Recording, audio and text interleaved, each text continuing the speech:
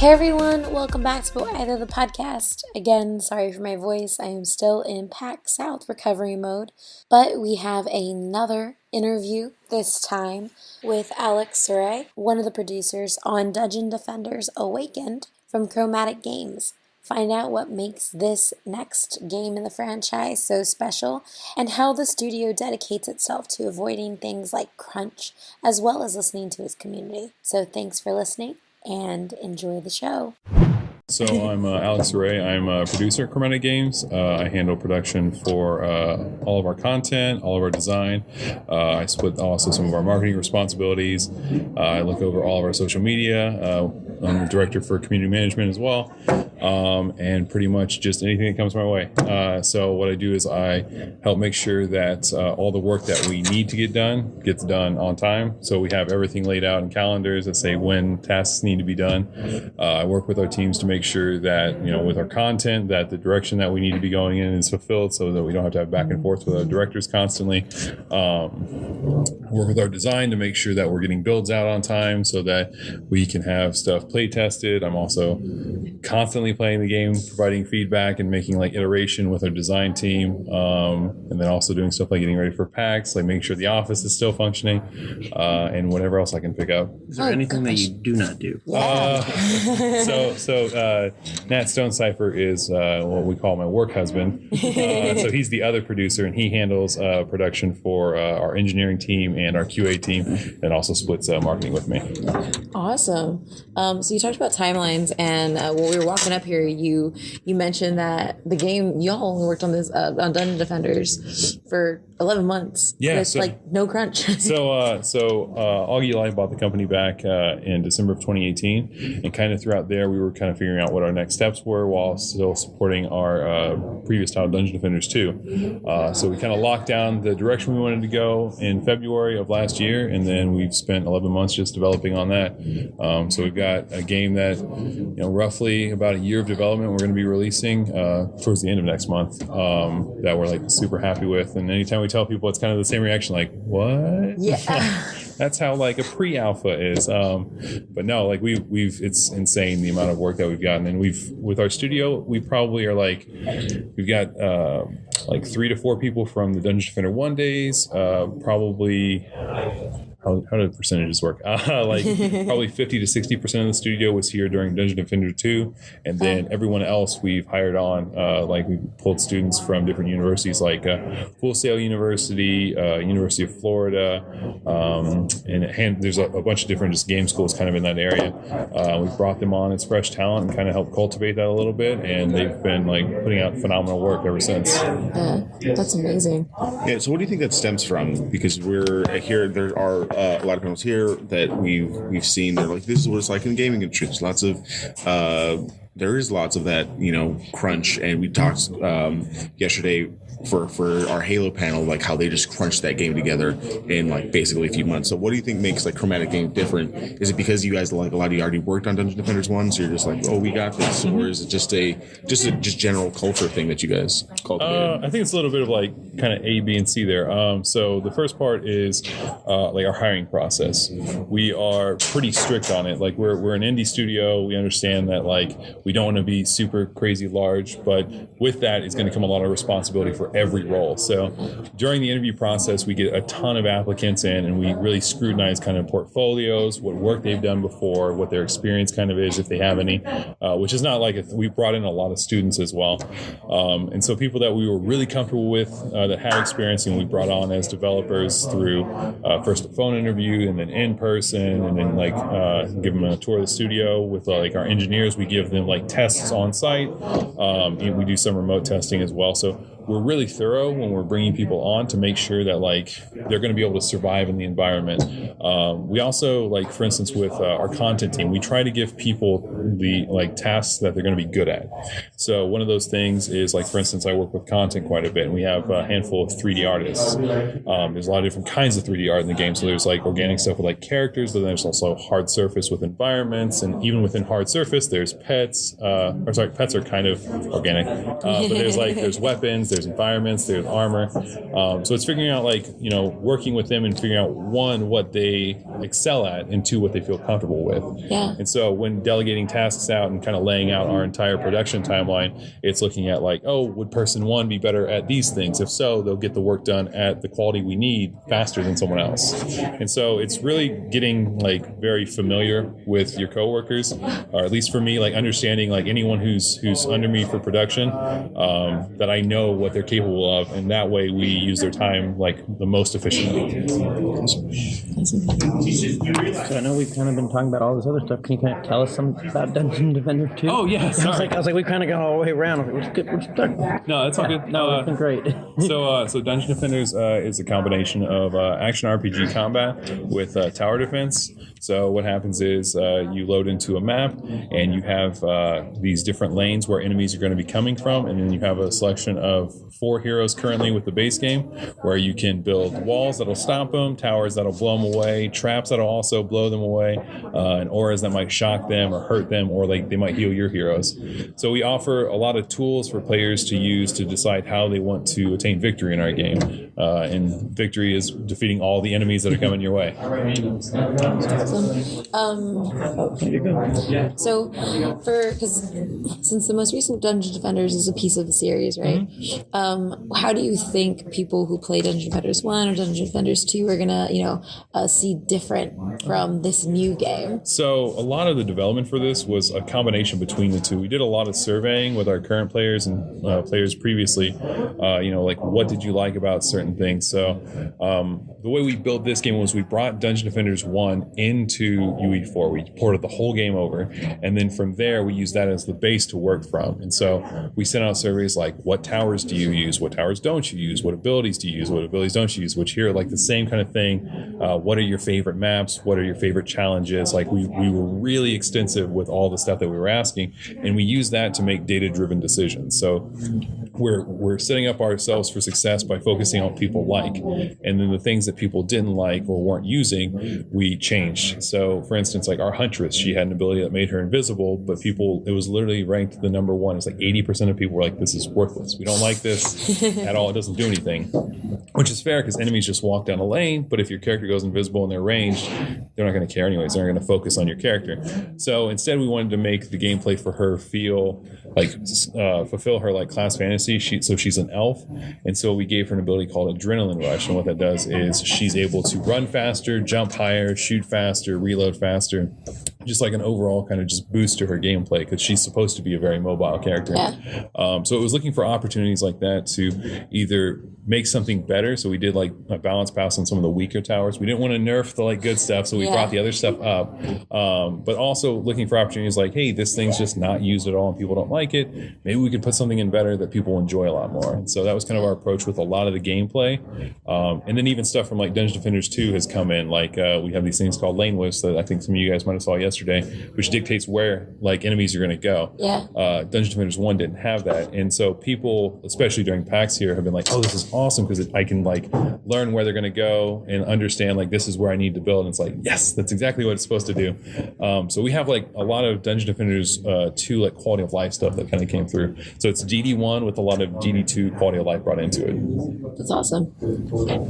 I know you mentioned obviously updating. I know we talked about jumping.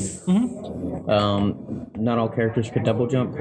Oh, so in DD1, characters all had single jump, and then in DD2 we only had like the monk and a couple other characters that could double jump.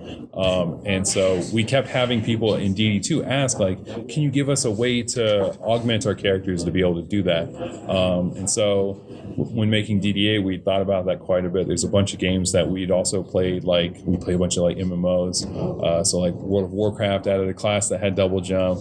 MMO like WildStar, all their characters could double jump. So we're like, let's make everyone double jump and see how it feels. And we played it internally. We're like, okay, this feels awesome. Like getting around like feels great.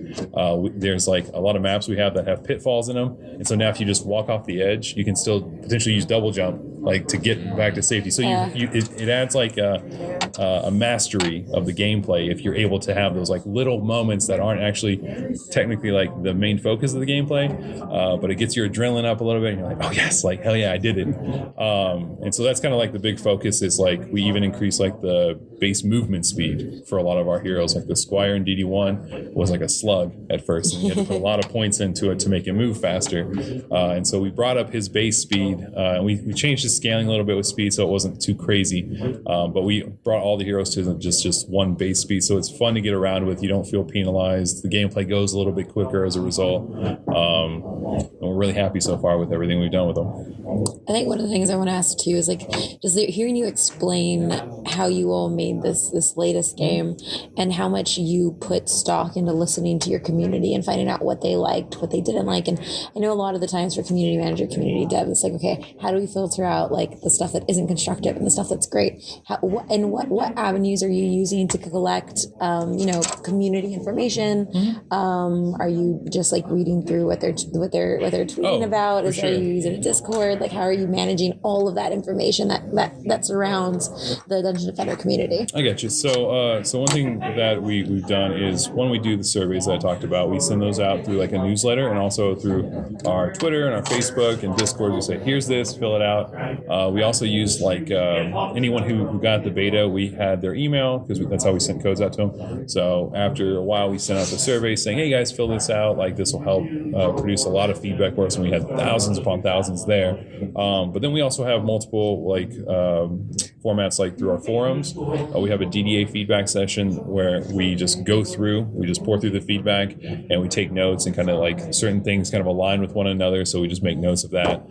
We also have a, through Zendesk, we have, which is usually used for support, but from in-game, it links to the Zendesk site where they can submit feedback directly. Oh, wow. So in-game, they can play and be like, oh, you know what? This was awesome. Or, oh, no, it's usually, I hated this. And then so they go through and they said, this is a bug and you need to fix it. So like we do have like those portals where they can provide that feedback directly from in-game. That's really And then cool. we see it. So instead of it just being like, a lot of feedback where maybe on Twitter they might see a screenshot and it's just like, I don't like how his hat is angled. Instead, it's like actually really substantive stuff. And then we also have with our character models, we heard a lot of people say certain things about our Huntress and Monk specifically, which it was mostly about like their heads because the Squire has a big tin can on his, so you can't see his face, and the Apprentice has a big hat, so you can't see his either. But they were like, the Huntress looks like she's like 30 years old, but she's supposed to be like a young teen, and then the Monk looks like one of the Three Stooges. Like, what's going on with these?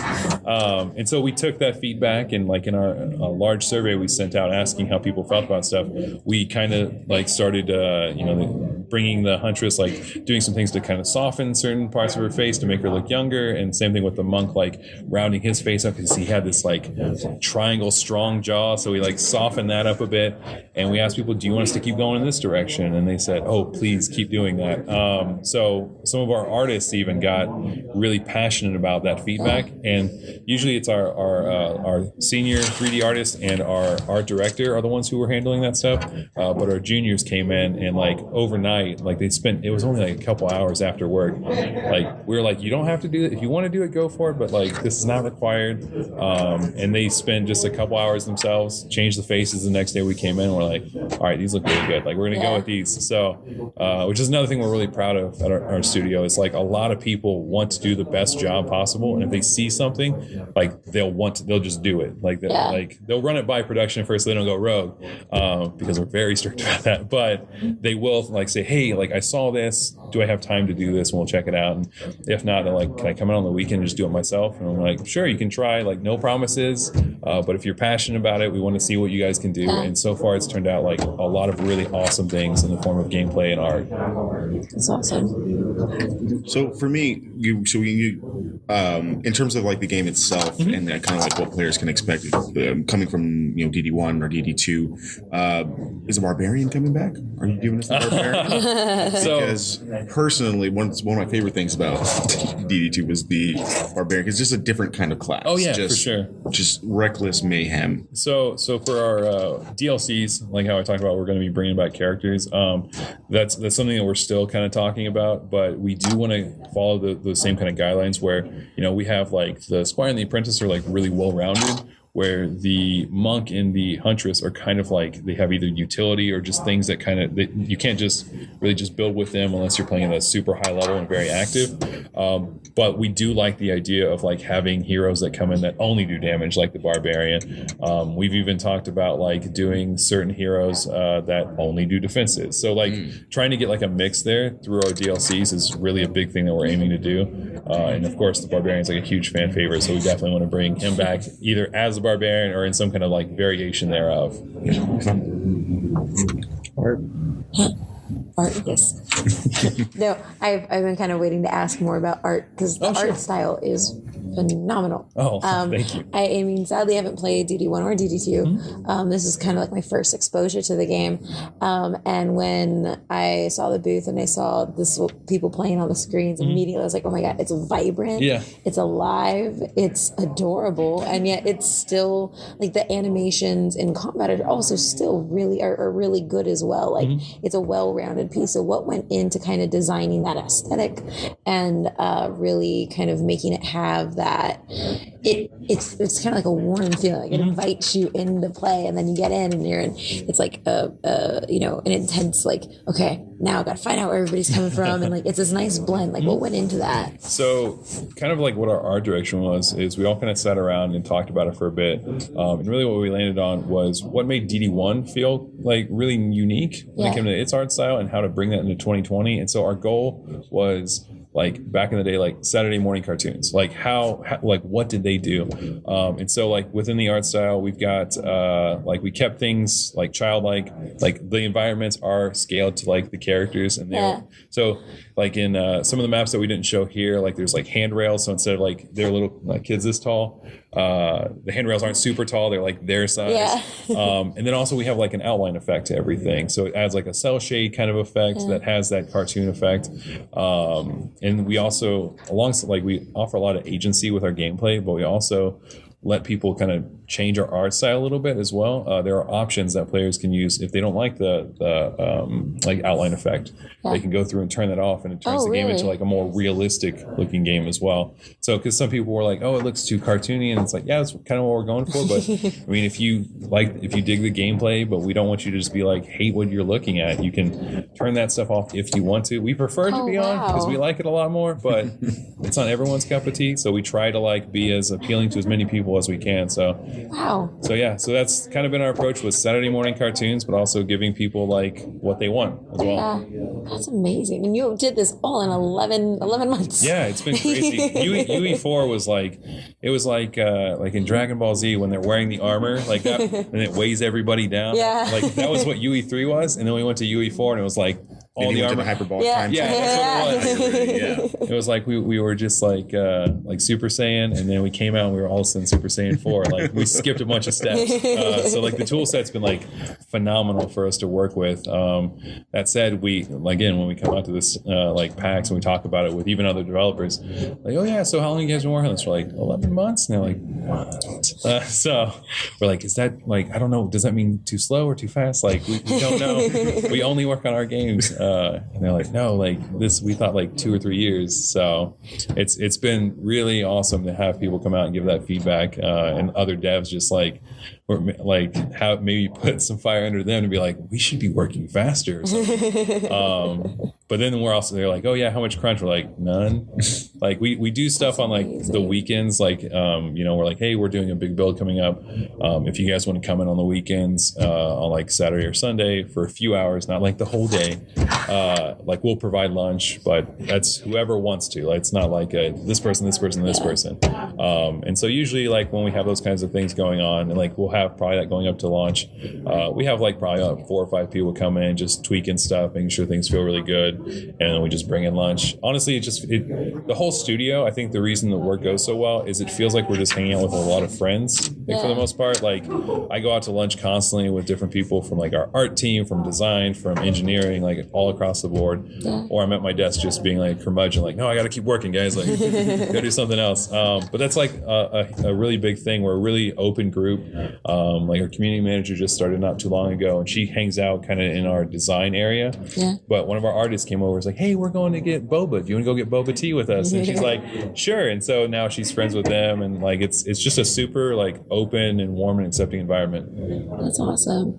I think one of the other things I kind of want to ask is like, so one, hearing you talk about the studio has been amazing. Like, y'all sound like you read stories about like games that are pushed so fast, and you hear about all the crunch, and like you see, and y'all are like the antithesis to that. Y'all are like completely on the other side of the other side of the spectrum. Like, what was kind of like the studio's journey to this point? Like, has this always been like how everything is run, or like was there just kind of like a turning point for you guys? Like, did you see what's happening in the industry change? Or So DD1 like had some pretty rough development. There was a lot of crunch. There was a lot of stress in the studio. So like our history way back is like kind of founded on that. Like there's even like some articles written about it, and then we're just like, we never want to have that again. Like I don't want to work at a studio like that. And so like as part of leadership, one thing we do is try to make sure we don't get anywhere close to that.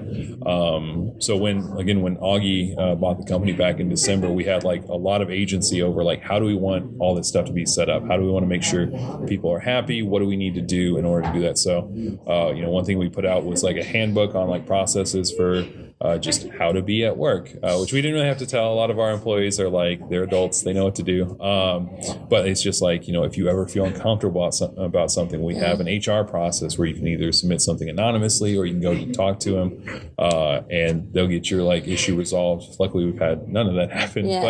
But we started setting up processes and like having rules defined in the handbook that really set a good tone and foundation for what's expected within the studio.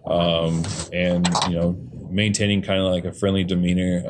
Some of our artists were kind of brand new, and they came in and they were like criticizing someone's art, and they were like being a little harsh on the floor. And I kind of went up and talked to them like, hey guys, listen, like it wouldn't feel good if someone did the same thing about your art.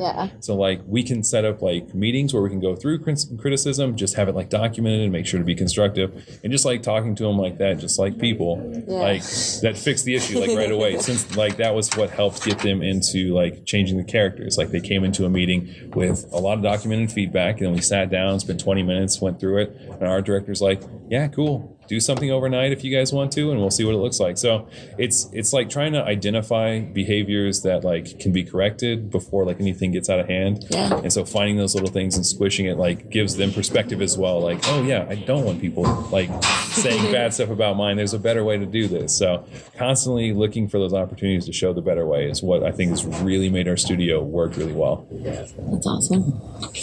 Are we there one more? Wrap it up? I mean, do y'all have anything else? Who are we fighting in DDA? Oh, okay. So it's kind of like the same enemy over time. It's been like these old ones. So kind of like World of Warcraft a little bit. We're using kind of Lovecraftian lore. So it's this like ominous evil, probably a little tentacly, that's kind of sending out all these like, or calling all these like enemies to release what the old ones are kind of bound in these Eternia crystals that are scattered throughout different maps. And so once one broke, the call went out. It's like, go free all the other ones. So you're fighting all of those enemies that are coming. And since you're kind of thrown back in time, what's going to happen is you're going to revisit some of the past battles, like especially with the boss battles. So you're going to have like the Demon Lord come back, except he looks a lot more terrifying than he did back then. We've got him kind of like Tiny from Crash Bandicoot, where he's like all upper body and like small little legs. That's awesome. So we have those bosses coming back, and we're using kind of like this like time rift element to them. So like they might have some material effects to them that make them look a little bit different. But we're really using like the same core kind of fights and polishing them up because a lot of people really enjoyed them. And then as we release like DLCs, we'll be bringing in kind of like new fights, or at least brought like more updated versions as well. But yeah, so the old ones are kind of like the main antagonist there, kind of working things behind the scenes. 2019. In DD1, we ended it on fighting an old one. And so we might do the same for DDA. I'm not going to say yet because I also don't know. It's all good. It's all good. We're looking to support the game, not just get this release out, but we are looking to get it into like 2021, potentially 2022, just giving DLC and having that live support for it. That's I awesome. look forward to smiting them as children. For sure. Yeah. So, where can they, where can people, whoever's listening to this, right? Like, where can they find you guys? How can they keep up to date on anything that's coming out? And when does the game release? So we've got our base website is chromatic.games, but you can also find us at dungeondefenders.com. And from there, we've also got a pre-order store for right now. The game will be available on Steam and then also on the respective platforms like sites. So you don't have to just buy it off our website. You can buy it off of the various sites once they're out. That's also where we have discussions and feedback going. We've also got presence on Twitter, Instagram, and Facebook. Just search for Chromatic Games, and we're there. And we're looking to release the game at the end of next month. Awesome. Cool. I think, was there anything else? I don't know. No, Okay. that's it. You got it. You killed it. Yeah. I blacked out. I think it came out. No. Awesome. Well, thank you so much. Yeah, thanks for